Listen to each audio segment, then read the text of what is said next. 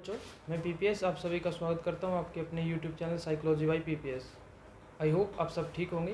प्यारे बच्चों, हम हमारा दूसरा चैप्टर स्टार्ट कर चुके हैं जिसमें हम पढ़ रहे थे भारत में संघ की कार्यपालिका, जिसमें हमने राष्ट्रपति के निर्वाचन के बारे में, फिर राष्ट्रपति की प्रशासनिक शक्तियों के बारे में, फिर राष्ट्रपति के विधायी शक्तियों के बारे में, फिर वित्तीय और न्यायिक शक्तियों के बारे में और आपातकालीन शक्तियों के बारे में पढ़ा। तो मैं उम्मीद करता हूँ आपको सब क्वेश्चन क्लियर हो गए होंगे। तो प्यारे बच्चों, आज का हमारा क्वेश्चन है पर राष्ट्रपति की वास्तविक स्थिति क्या है। अब देखो, हमने 4 प्रकार की शक्तियाँ पढ़ी, प्रशासनिक, विधायी, न्यायिक, वित्तीय और आपातकालीन। इतनी शक्तियाँ होने के बावजूद भी वो किस पर डिपेंड रहता है? मंत्री परिषद पर डिपेंड रहता है। हर वक्त मतलब हर मामले में उसे मंत्री परिषद की सलाह लेनी पड़ती है। तो इसी के बारे में आज क्वेश्चन है, वह उसकी एक्चुअल में उसकी वास्तविक स्थिति क्या है। क्या वो इतना मतलब देश का प्रथम नागरिक होने के नाते, राज्य का अध्यक्ष होने के नाते इतना मतलब राज्य का अध्यक्ष भी है और इतनी पावर भी है, तो फिर भी मतलब वो मंत्री परिषद पर क्यों डिपेंड है, उसकी सलाह मानने के लिए क्यों बाध्य है? तो इसी के बारे में हम बात करेंगे। सारे मतलब कंप्लीट क्वेश्चन में बस यही बात डिस्कस होगी, वह राष्ट्रपति की एक्चुअल में पावर क्या है, मतलब एक्चुअल में उसकी स्थिति क्या है। क्या वो राज्य का अध्यक्ष होने के नाते मतलब सबसे शक्तिशाली है, या वो शक्तिशाली न होने के बावजूद मतलब न होने के किसी और पर डिपेंड है। तो चलो स्टार्ट करते हैं। आज का हमारा क्वेश्चन है, राष्ट्रपति की वास्तविक स्थिति का विश्लेषण कीजिए। वह विश्लेषण करना है, उसकी एक्चुअल जो स्थिति है, वास्तविक स्थिति है, उसका विश्लेषण करेंगे। तो देखो, पहले ही क्या है, भारतीय राष्ट्रपति की स्थिति क्या है। भारत के राष्ट्रपति है उसकी स्थिति क्या है, ठीक है। यह प्रारंभ से ही विवाद रहा है, मतलब ये शुरू से ही, जब से राष्ट्रपति का पद बना है तभी से ये विवाद रहा है, वह राष्ट्रपति की एक्चुअल में स्थिति क्या है। भारत में संसदीय शासन प्रणाली है, हम पहले चैप्टर में पढ़ चुके हैं। संसदीय शासन प्रणाली कौन सी होती है? जिसमें राज्य का अध्यक्ष नामात्र का मुखिया होता है और जो प्रधानमंत्री होता है वो क्या होता है? वास्तविक मुखिया होता है, ठीक है, वास्तविक अध्यक्ष होता है। और राष्ट्रपति राज्य का नाम मात्र तथा संवैधानिक अध्यक्ष होता है। एक क्वेश्चन यहाँ से सीधा सा पूछ लेगा आपसे, संवैधानिक अध्यक्ष कौन होता है? कार्यपालिका का संवैधानिक अध्यक्ष कौन होता है? तो कौन होता है? राष्ट्रपति होता है। या पूछ लेगा नाम मात्र का अध्यक्ष कौन होता है? तो राष्ट्रपति होता है, ठीक है। वह केवल शांति के समय में ही नहीं बल्कि संकट के समय में भी अपनी शक्तियों का प्रयोग मंत्रिमंडल की सलाह के अनुसार ही कर सकता है। किसके अनुसार? मंत्रिमंडल की सलाह के अनुसार, ठीक है। देखो, शांति के समय मैंने जैसे प्रशासनिक, विधायी, न्यायिक, वित्तीय शक्तियां पढ़ी, ये सारी शक्तियां क्या है? शांति काल के समय की है, मतलब जब कोई समस्या ना हो, ठीक है। लेकिन उसके साथ साथ हमने पढ़ा भी राष्ट्रपति को संकट के समय, संकट मतलब बुरे वक्त के समय, संकट काल के समय भी कुछ पावर दी गई है। आर्टिकल 352, 356 और 360 के बारे में हमने पढ़ा।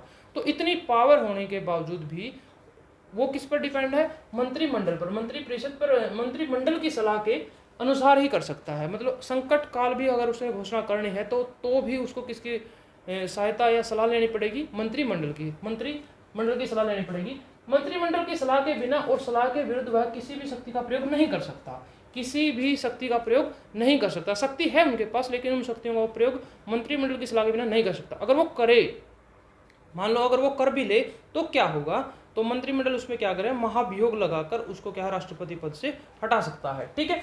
अब इसी विवाद को लेते हुए जो संविधान सभा थी हमारी, जिसकी पहली बैठक 9 दिसंबर 1946 को हुई, जिसमें सच्चिदानंद सिन्हा जो उनके प्रथम संविधान सभा के प्रथम अध्यक्ष चुने गए, लेकिन वो अस्थायी अध्यक्ष थे।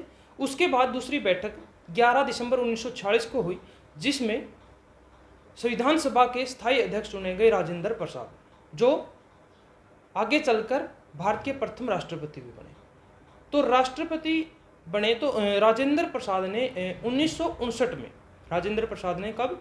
1959 में इसी विवाद को सुलझाने के लिए पर राष्ट्रपति के क्या शक्तियाँ एक्चुअल में क्या स्थिति है, वो मंत्रिमंडल को बाध्य है या सलाह मानने के लिए या नहीं है, इसी विवाद को सुलझाने के लिए इन्होंने विधि विशेषज्ञ, जो कानून के विशेषज्ञ होते हैं ना, जो विधि विशेषज्ञों से कहा, भाई आप पता लगाओ क्या राष्ट्रपति हर समय मंत्रिमंडल की सलाह मानने के लिए बाध्य है या नहीं है। इसी सोल्यूशन के लिए संविधान में हुआ 42वें संशोधन। कौन सा संशोधन हुआ बेटा? 42वां संशोधन का मतलब होता है पर कोई नियम, जैसे संविधान में जो आर्टिकल है, जो लिखे गए हैं, जो नियम लिखे गए हैं, ठीक है, उनमें कुछ चेंज करना। जैसे हम स्कूल में कोई नियम बना लिए, ठीक है, स्कूल में नियम बना लिया भाई क्या है, सभी बच्चों को शर्ट पहननी है, सभी बच्चों को क्या करनी है, शर्ट पहननी है, ठीक है, टी शर्ट का कोई यूज़ नहीं करेगा। लेकिन आने वाली समय में स्थिति के अनुसार वो देखा भाई टी शर्ट मतलब उसको चेंज करके वे साथ में बना दिया भाई शर्ट के साथ एक दिन टी शर्ट भी पहन सकते हैं, मतलब वो पहले काला नियम का क्या कर दिया, चेंज कर दिया। तो ये हो गया संशोधन, मतलब बदलना, ठीक है। तो 42वां संशोधन हुआ 1976 के अंदर, 1976 के अंदर, ठीक है। 1976 के अंदर के द्वारा आर्टिकल 74 में संशोधन किया। कौन से? 42वें संविधान संशोधन 1976, याद रखना इंपॉर्टेंट है। 42वां संविधान संशोधन जो आज तक के संविधान संशोधन में सबसे बड़ा संशोधन है, सबसे बड़ा संशोधन है 42वां संशोधन 1976 के अंदर हुआ। तो इसमें आर्टिकल 74 में बदलाव किए गए, चेंज किए गए। क्या बदलाव किए गए? संशोधन किया गया जिसमें कहा गया कि राष्ट्रपति मंत्रिमंडल द्वारा दिए गए परामर्श के अनुसार कार्य करेगा। इसमें सीधी सी बात कह दी, भाई राष्ट्रपति है जो मंत्रिमंडल की जो सलाह है उसके अनुसार ही कार्य करेगा, वो बाध्य है। यहाँ पर क्या बता दिया, भाई बाध्य है, ठीक है, मंत्रिमंडल पर डिपेंड, वो बाध्य है, मंत्रिमंडल कहेगा तभी वो अपनी शक्तियों का प्रयोग करेगा। तो ऐसे ही विवाद चलता रहा। तो उसके बाद 1978 में 2 साल बाद 44वां संशोधन हुआ। कौन सा? 44वां संशोधन हुआ। इसमें आर्टिकल 74 में क्या बदलाव किए गए? देखो, जो पहले बात की गई थी उसको जैसे का तैसा रखा गया, ठीक है। वह राष्ट्रपति मंत्रिमंडल द्वारा दिए गए परामर्श के अनुसार ही कार्य करेगा, ये बात जो की त्यों रखी गई। रखते हुए राष्ट्रपति को अधिकार दिया गया कि राष्ट्रपति मंत्रिमंडल को दी गई सलाह पर पुनर्विचार करने के लिए, किसके लिए? पुनर्विचार करने के लिए कह सकता है, ठीक है।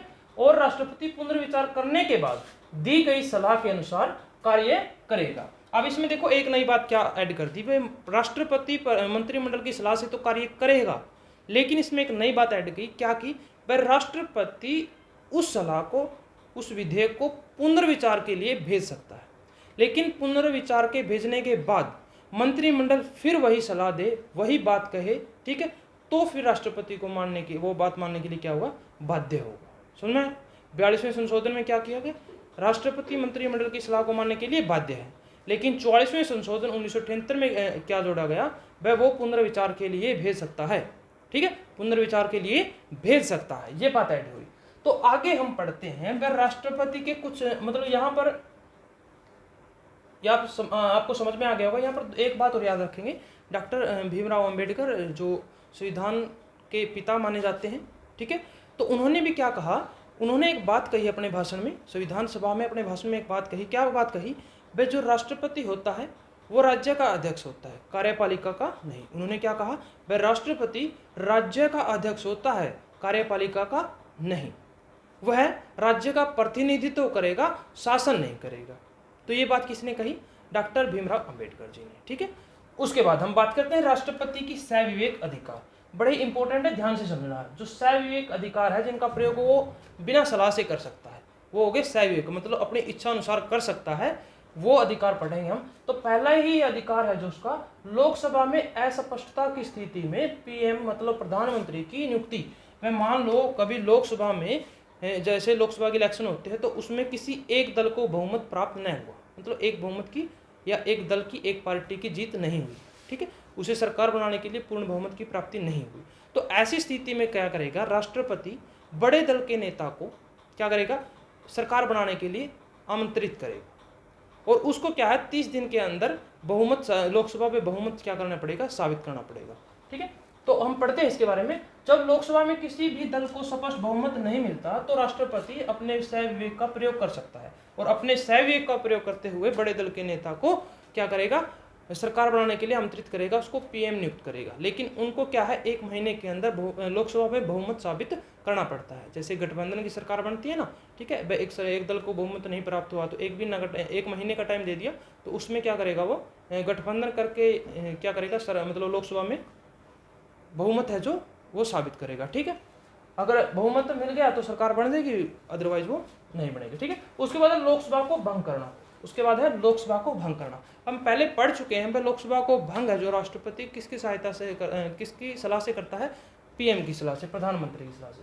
सामान्यतः राष्ट्रपति पीएम की सलाह पर लोकसभा को भंग करता है, और इस मामले में राष्ट्रपति को विवेक का कोई अधिकार भी नहीं है, वह कोई इसमें अधिकार भी नहीं है, सब अपनी इच्छा से कर दे वह लोकसभा को भंग नहीं है। लेकिन जब ऐसा प्रधानमंत्री लोकसभा भंग करने की सलाह देता है तो आवश्यक नहीं कि राष्ट्रपति उसकी सलाह को माने।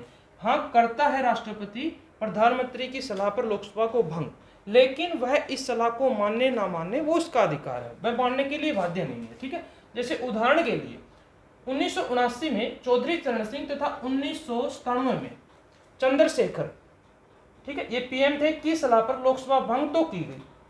इनकी सलाह पर राष्ट्रपति ने क्या कर दी, लोकसभा तो भंग कर दी। लेकिन श्री नीलम संजीव रेड्डी पहले राष्ट्रपति हैं जो बिना मतलब सर्वसम्मति से बने थे, ठीक है, इनका कोई चुनाव नहीं हुआ था।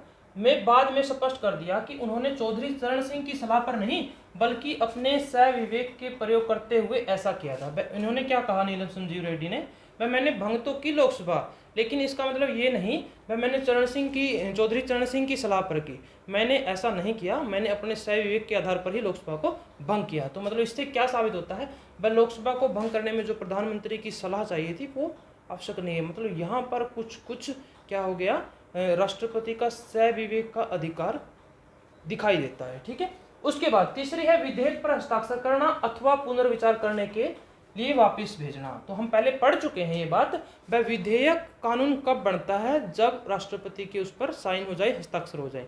बिना राष्ट्रपति के हस्ताक्षर के बिना कोई भी विधेयक कानून नहीं बन सकता। ठीक है, तो इसमें क्या है, विधेयक पर हस्ताक्षर करना और पुनर्विचार करने के लिए वापस भेजना। देखो, राष्ट्रपति संसद द्वारा पारित किसी भी विधेयक को पुनर्विचार करने के लिए संसद के पास वापस भेज सकता है। ठीक है, इस मामले में राष्ट्रपति मंत्रिमंडल की सलाह मानने के लिए बाध्य नहीं है।